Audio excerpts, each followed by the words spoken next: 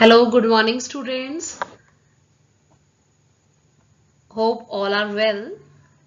So, today we will discuss about our next topic, that is factors that helps in maintaining community health. In last lecture हमने दो health पढ़ी थी. One was personal health and other was that is community health, अपनी खुद की health और जो पूरी एक पॉपुलेशन या एक पर्टिकुलर सोसाइटी की जो हेल्थ के बारे में हम देखते हैं, पढ़ते हैं, दैट इज कम्युनिटी हेल्थ.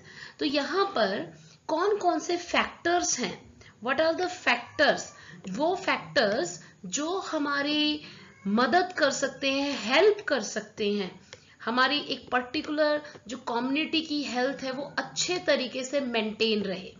ठीक है, तो वो कौन कौन से फैक्टर्स हैं? तो फर्स्ट जल्दी से हम स्टार्ट करते हैं. ठीक है, first one is proper hygienic and sanitary conditions. Sanitary condition मतलब बहुत ही आसपास का जो एरिया होना चाहिए वो बहुत ही साफ सुथरा होना चाहिए. ठीक है, it should be neat and clean. कोई वहां पर कोई गंदगी नहीं होनी चाहिए, कोई गार्बेज नहीं होना चाहिए. ठीक है, तो साफ सफाई बहुत जरूरी है. हम ऐसा नहीं कि अपने घर के अंदर जो है क्लीनिनेस करें, सिर्फ हमारे आसपास भी जो है सफाई होनी चाहिए. ठीक है, नेक्स्ट वन इंपॉर्टेंट और क्या है, good providing good socio economic important conditions. Socio word का मतलब होता है सोसाइटी, इकोनॉमिक का मतलब होता है पैसा. मतलब ऐसा नहीं है कि कोई तो बिल्कुल रिच ही रिच है, कोई तो जिसके पास बहुत पैसा है, लेकिन कोई जिसके पास पैसा ही नहीं है. तो जो गरीब है, पुअर पर्सन है, जो पुअर पर्सन है उनके पास भी खाना हो, स्लाइटली उनके पास भी रहने के लिए जो थोड़े बहुत पैसे हों. तो अगर आपके पास सफिशिएंट है तो you can help others, needy person, जरूरतमंद लोगों की आप जो है हेल्प कर सकते हैं. ठीक है, next one, by providing health care facilities.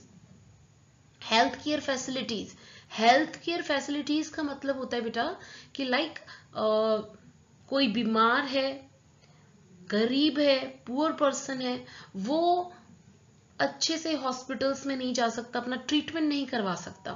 But और अगर वो गांव वाले रीजन में है, ऐसे एरिया में है जहां पर फैसिलिटी ही नहीं है, हॉस्पिटल्स ही नहीं है, medical facilities are not available, तो उस कंडीशन में गवर्नमेंट या फिर कोई जिसके पास इकोनॉमिकली पैसे से अच्छी कंडीशन है, तो they can help the needy one.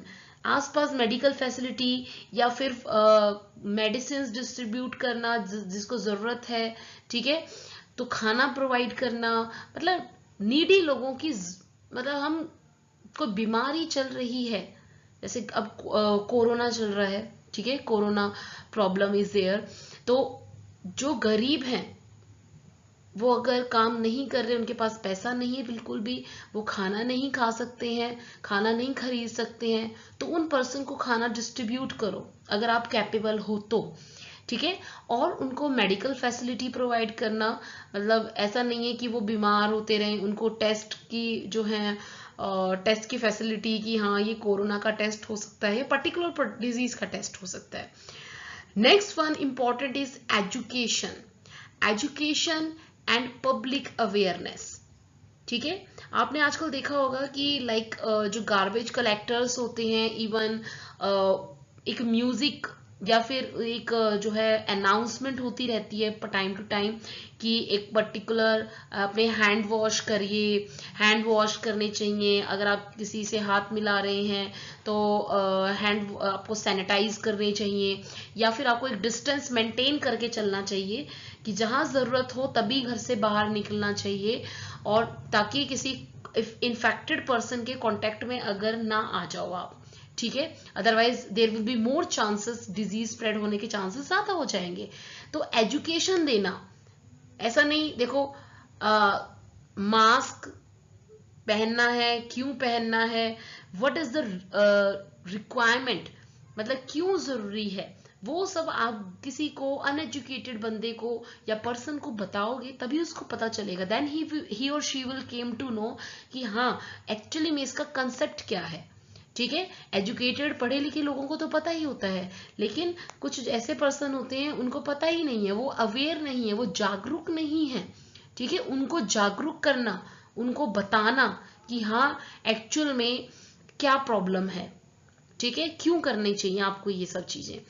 Next, proper facilities to prevent diseases, जैसे कि सैनिटाइज करना प्रॉपर। जैसे ये एग्जांपल है, कोई मलेरिया फैल रहा है तो उसमें पर्टिकुलरली जो है कुछ फिश होती हैं वो इंट्रोड्यूस कर देते हैं आसपास पानी के अंदर, या फिर आप बोल सकते हो कि ठहरा हुआ पानी नहीं होना चाहिए, नहीं तो मॉस्किटो हो जाएंगे, मलेरिया फैलेगा। तो अगर फ्लू फैल रहा है लाइक स्वाइन फ्लू, पिग से हो जाता है, तो आप बोलो कि नॉन वेज पर रिलाय मत करो। ठीक है, कभी कभी बर्ड फ्लू भी हो जाता है, तो बर्ड फ्लू हो रहा है, इस तरीके से हो रहा है।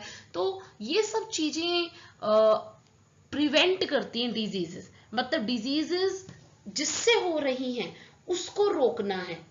ठीक है, तभी एक कम्युनिटी हेल्दी हो सकती है। ये नहीं कि कुछ लोग, देखो ये पर्सन जो है ये तो साफ कर रहा है, ठीक है, ये साफ कर रही है, ये अपने क्लोथिंग्स को क्लीन कर रहे हैं, लेकिन ऐसा ना हो कि एक पर्सन तो साफ कर रहा है, दूसरा जो है उसको जो है डिस्ट्रॉय फिर से गंदा कर रहा है। तो एक एनवायरमेंट आपकी ड्यूटी बनती है कि आसपास साफ सुथरा रखें, ताकि जैसे गंदगी फैली हुई है उस पर मॉस्किटोज आएंगे, फ्लाइज आएंगी, मक्खियां आएंगी, फिर वो मक्खियां जो है आपके खाने पर बैठ जाएंगी, फिर उस खाने को आप खा सकते हो, तो ऐसी डिजीज स्प्रेड हो जाती है। ठीक है, so these are the factors that helps in maintaining community health. एक कम्युनिटी की हेल्थ को मेंटेन करने के लिए ये जो है particularly these factors are responsible. Okay, so this is all about today's class. In the next class we will discuss about basic conditions for the good health and disease and healthy person कौन होते हैं। ठीक है students, okay, so stay safe and stay healthy. Okay, thank you students.